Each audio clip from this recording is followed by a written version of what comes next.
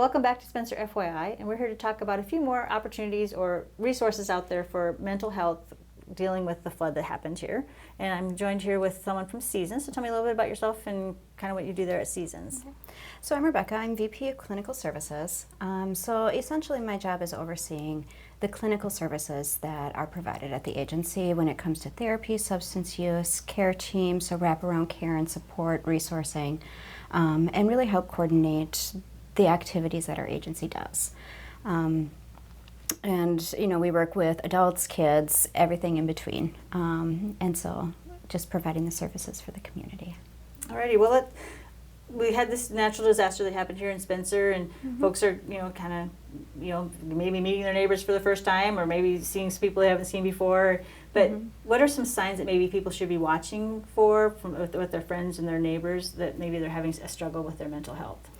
So with symptoms that there's a struggle, that can be anywhere from just really big changes in behavior and what's normal. So those big changes could be something where they're isolating and just not going out in the community. Or it could be something that, oh my gosh, they're way out in left field, we've never seen them this active. Because people are trying to regulate, but they don't know how right now, because none of us in this area have experienced natural disaster like this before. So in that aspect, it is that piece of they're trying to figure out how to normalize again, and sometimes it looks different. Like I said, it could be something isolation, it could be increased tearfulness, it could be irritability, yelling, arguing, fighting, and they never did that before, or if they did, it wasn't such a big deal that's getting in the way. And so, that's general across the board. For kids, sometimes we see a lot more isolation, but then, just not doing things because it is something, kids play. That's a normal thing of kids in childhood. They might not be playing anymore. They might be really seeking out some comfort items. So they, if they have their comfort blanket, comfort stuffed animal, that could be something that they grab and they're holding on to and don't want to let it go. It could be digression. So it could be something that a child who had gotten over certain, behaviors like sucking their thumb might start sucking their thumb again, because it's all about finding that comfort and finding that balance again. Adult-wise, it could be an increase even in like substance use, because again, they're trying to cope and figure it out, but on the same note, they don't know how to do it healthy yet. And so you'll see these changes. And not everybody changes and has these changes. It's just all about the individual. So if you are seeing these changes, and be it kids or adults, what should your approach be? Compassion, empathy, directly identifying the observed change of behavior and what you're noticing, but really being that compassionate support. Because nobody likes feeling like they're being attacked or being blamed or, oh my gosh, what's wrong with you? Nobody likes that. And because nobody likes that, you're not having a problem with them, it's concern about what's going on. And so being able to express it in a way that's the concern of what's going on is going to be the big piece. How do you move them maybe to that next step to get them to seek out help? To get help? It can be just really identifying, hey, Seasons has this available. There's multiple resources, not just Seasons, but multiple resources of being, hey, this is available.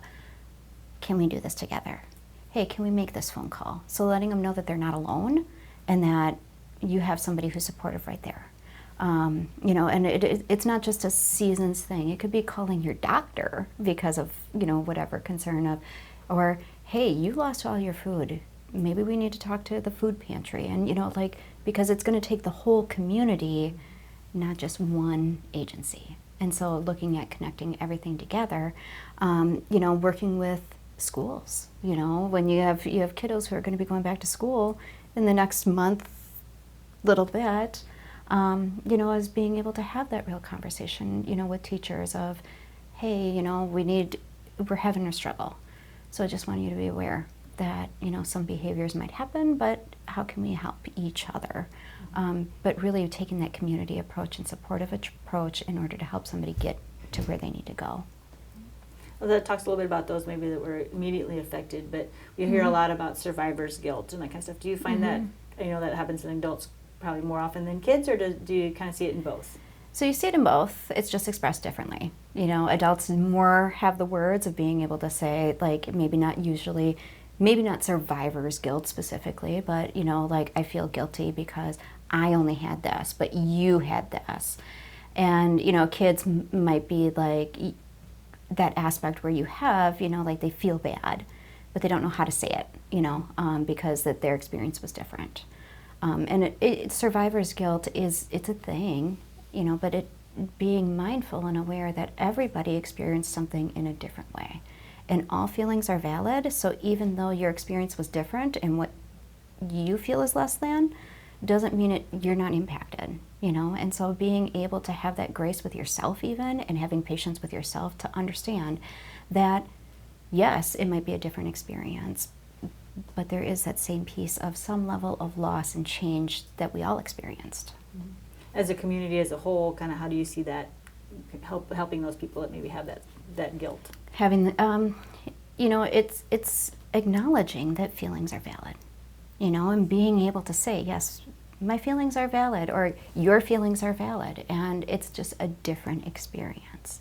And really being able to reinforce that, yeah, you know, it might be different, it might be what seems less than, but again, feelings are feelings, and you get to have your own feelings, even though it's different. So what do you see maybe, or what should people maybe be looking for short-term, long-term, as far as normal feelings, normal thoughts?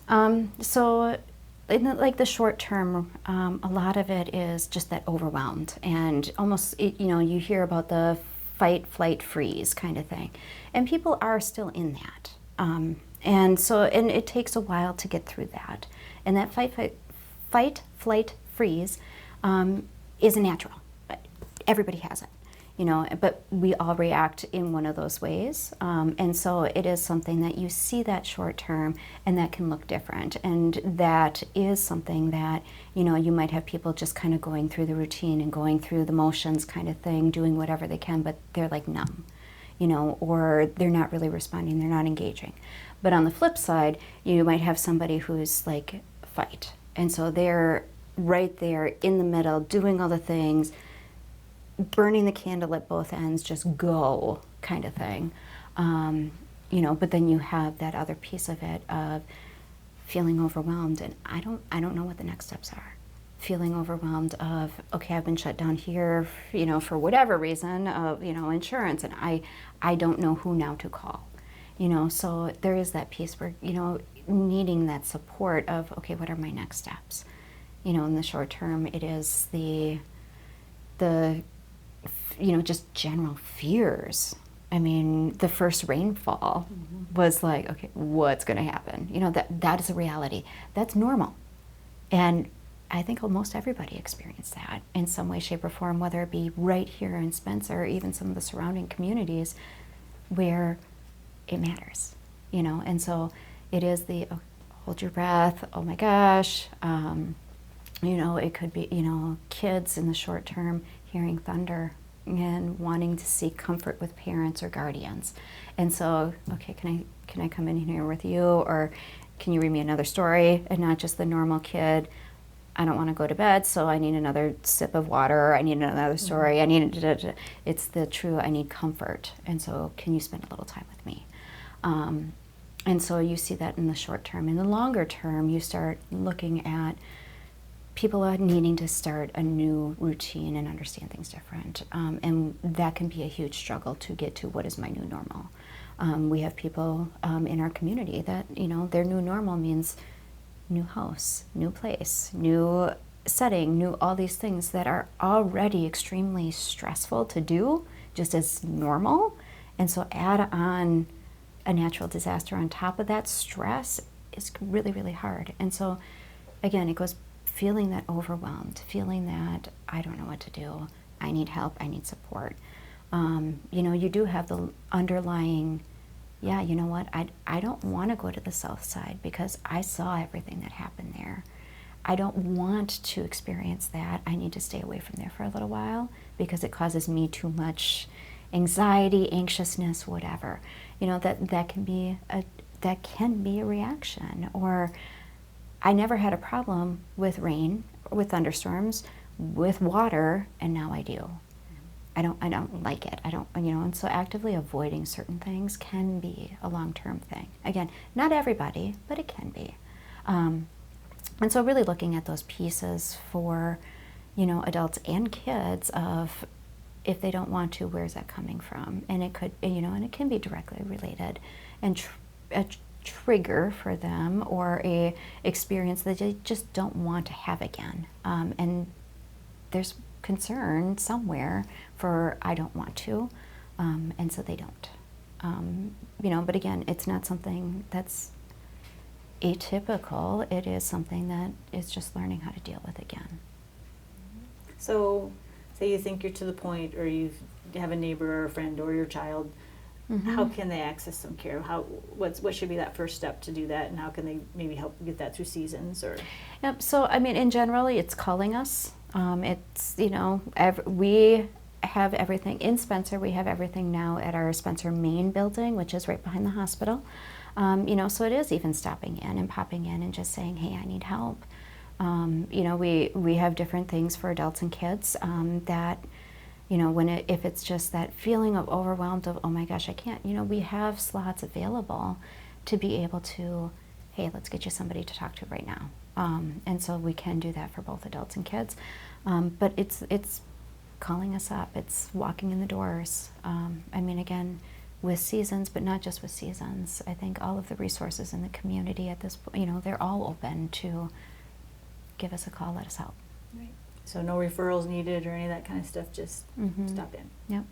Alrighty. And I know that you have a wide range of opportunities and people for those to see, depending on what their needs are. So you line them up with whatever they need. Yep. And if it is something that is a major concern for personal safety or friend safety or family member safety, it is, we do have crisis services. And so again, it is a phone call, it is, being able to come and walk in. But if there is that immediate concern of, somebody's going to be a risk to themselves or others, we have those services to help and support too. So in, being able to help, even if it is, okay, I'm not, oh my gosh, at risk, but I don't know what to do. It's a phone call. Walk in. Awesome. Anything else you want to add on services, or just for folks out there to know about? We do provide a lot of services, whether that be medication management, therapy, substance use, family, youth, adults, all these services. We do offer the care team component. For us, care team includes case management, peer support, nursing support, those different pieces. Like I said, we do have the crisis services. But one thing that we do, and again, this is, especially in these kind of situations, is like Seasons isn't alone to help. We can help you, and help you coordinate. And so, it is looking not just at Seasons, but community partners and supportive of each other, because right now we all need that support too. And so I think that is an important piece too, is just that resources do have open communication and we help each other. And so that even if you start at Seasons, but you need something else, we have people to help you get to that something else. So I think that part of it's important too. All right, sounds good. I know that the LINC is a good way to do that as well, that they're helping kind of coordinate all that stuff together. Yep. Yeah, it is. All right, awesome.